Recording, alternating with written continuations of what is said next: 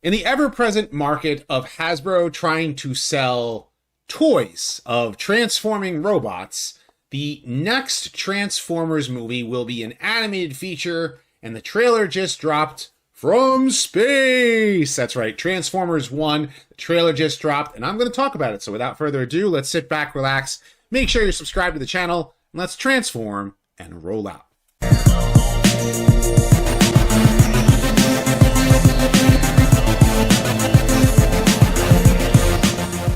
Consider supporting the channel on Patreon, becoming a channel member, or purchasing merch. Links are in the description below. So before I actually talk about the trailer, I do have to talk about what Hasbro is planning for Transformers 1 that's going to be released in theaters September 13th. The new toys that are coming out for mainline are going to be coming out soon, and we can already get a glimpse about what the toys are, and it actually does kind of inform us what we're looking at as we watch the trailer, because, you know, a lot of people were having a lot of speculation about what character was what and who was who, and, you know, just looking at the toys themselves, there does seem to have like this, they do have the Bumblebee mask here, which is based upon the Bumblebee movie, you know, look to him, but that's not what he looks like in the film itself. And the Optimus mask, you know, at least that does look like Optimus Prime. And I think they transform into robots. Like, so the mask itself can turn into a robot.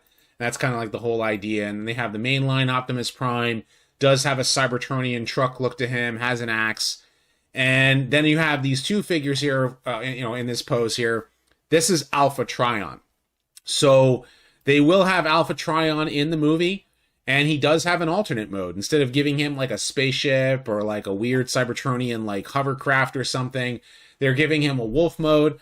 And from what I've gathered is that the director for this film was not as steeped into the lore of Transformers, but when he found out like what the origin story was and what Hasbro was delivering to him, they were trying to go deeper into the lore with what they understood. So this is going to be an amalgamation of the different Transformer series. The other thing is that a studio series version of this movie Optimus Prime is getting released as well. Does look really cool. I have to say, you know, I like the alternate mode being a weird Cybertronian truck. I like the robot mode. Gives off that Optimus Prime on Cybertron impression.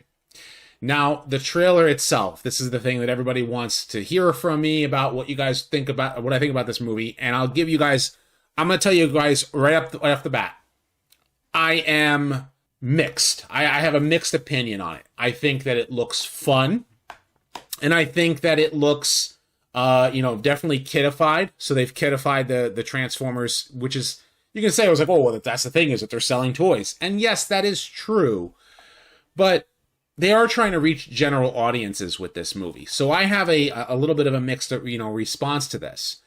However, a deep lore guy like me is looking at it from the, hey, you've got G1 pieces of origin here. You have IDW types of pieces of origin here, and you have some aligned continuity, and you've got some other different continuities that they have from all the different, you know, aspects of Transformers lore.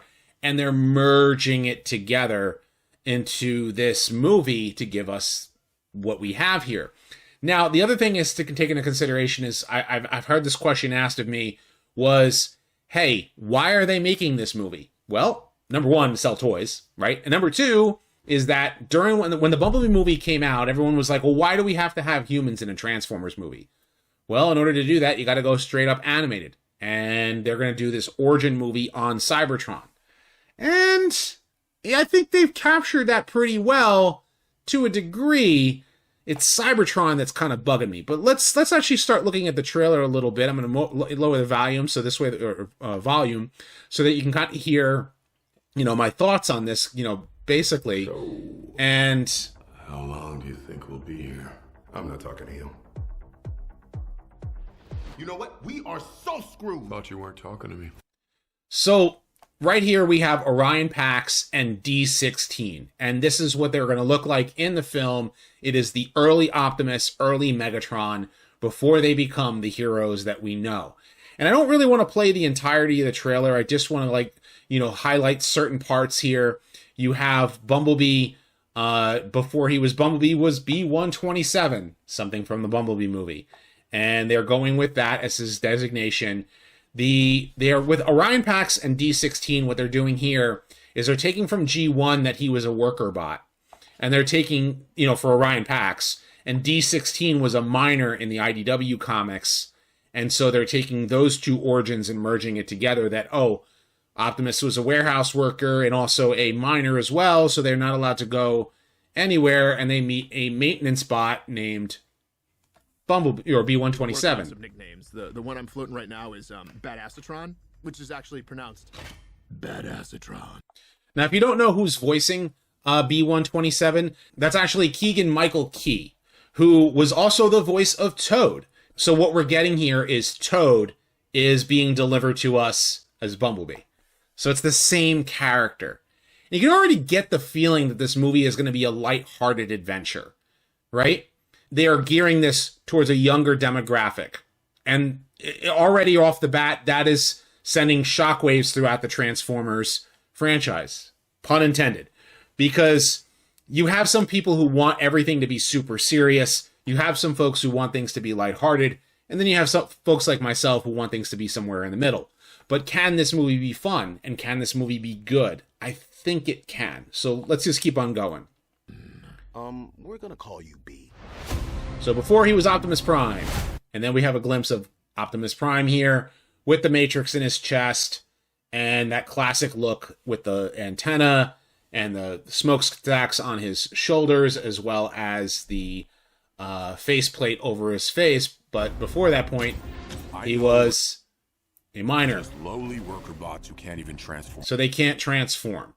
And this glimpse right here is what we see some of the workers, like they're I guess they're maintenance bots as well. Don't know if they are confirmed or not, whether they're Autobots that we are familiar with, whether or not we have Brawn or Sideswipe or Jazz or Brawn or Ratchet or any of the characters that we know and we love. But it's kind of cool that they have these bots here. They could be just simple cameos. And before, he was Orion Pax, and you can see him here as a miner, so he has the light on his forehead there. And they also show this Iacon 5000. Now, if you're not familiar with that, that is something from the, I believe it's the UK comics. So that is kind of neat that they're going with this whole race that a lot of Transformers used to do. Little things to like have some things in the past. Now, they show here the old school Megatron, Evil, the leader of the Decepticons. For that, he was D16. And here he is with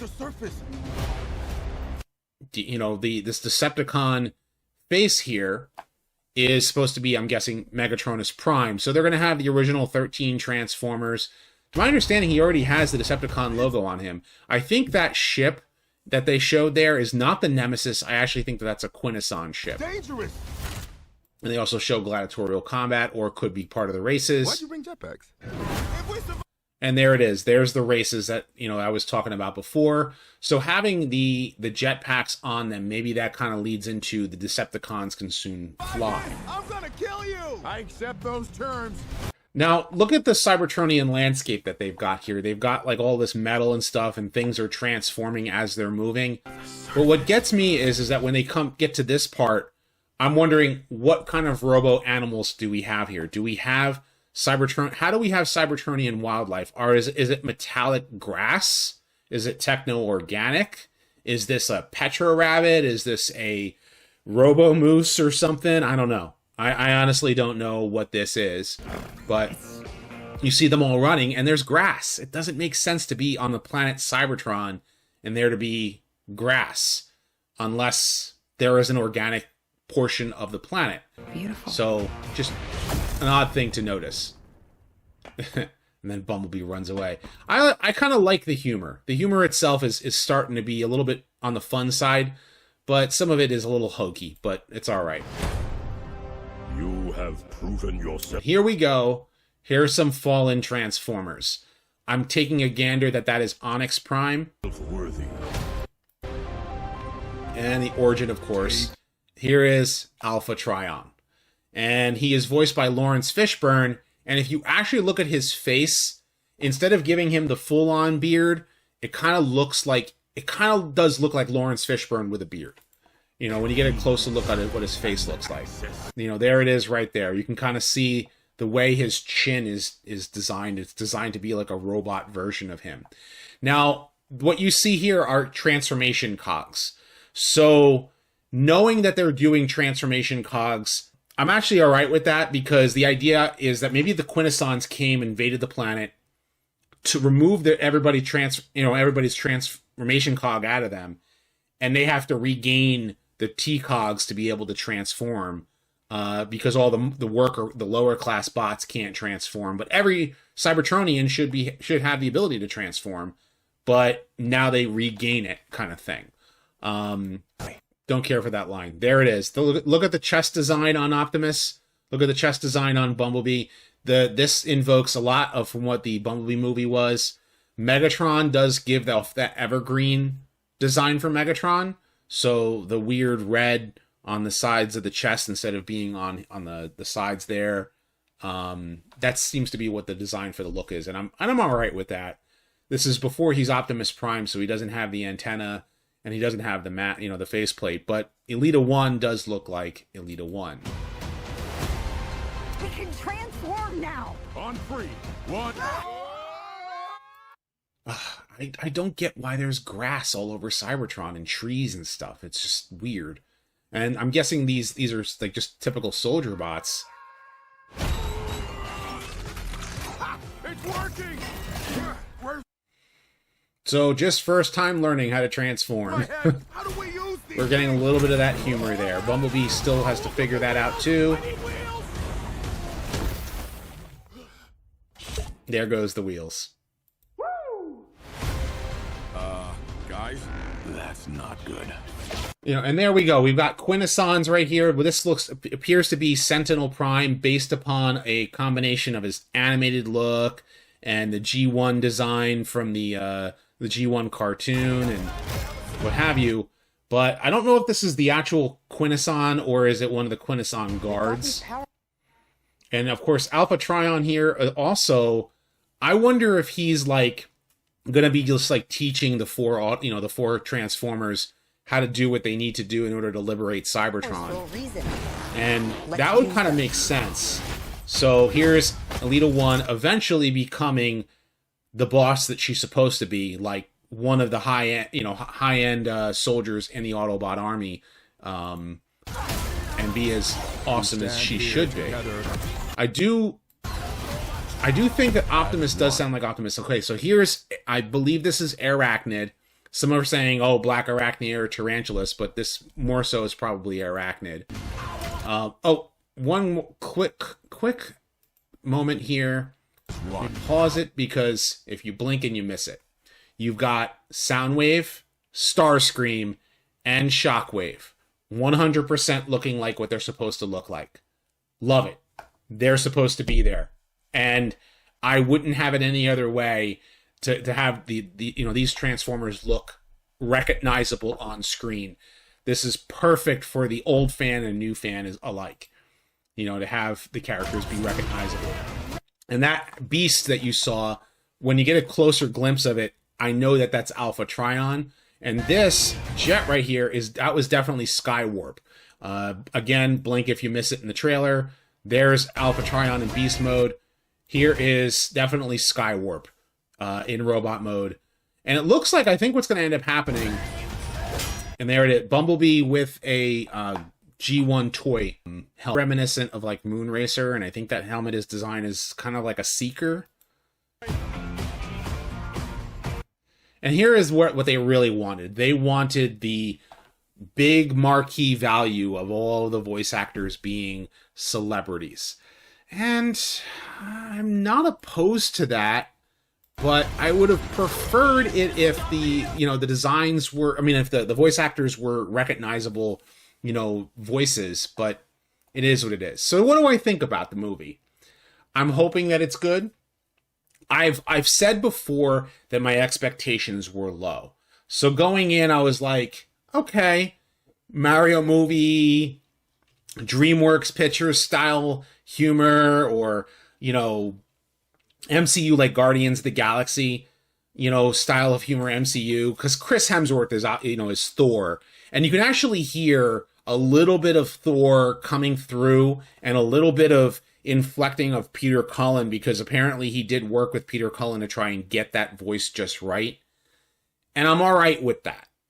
But the movie itself still has a lot to do to impress some people. Some people are just going to look at it and go, this looks awful.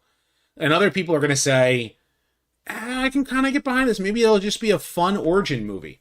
They're pulling from different continuities to try and make a cohesive film for general audiences, to give them like, oh, here is how, you know, this is who Optimus Prime was before. This is who Megatron was before. This is who Bumblebee was before. Now you know who the characters are. Great, awesome. And it was set on Cybertron. And we've got toys to sell. And that's pretty much it. And I'm hoping the movie as a whole is good.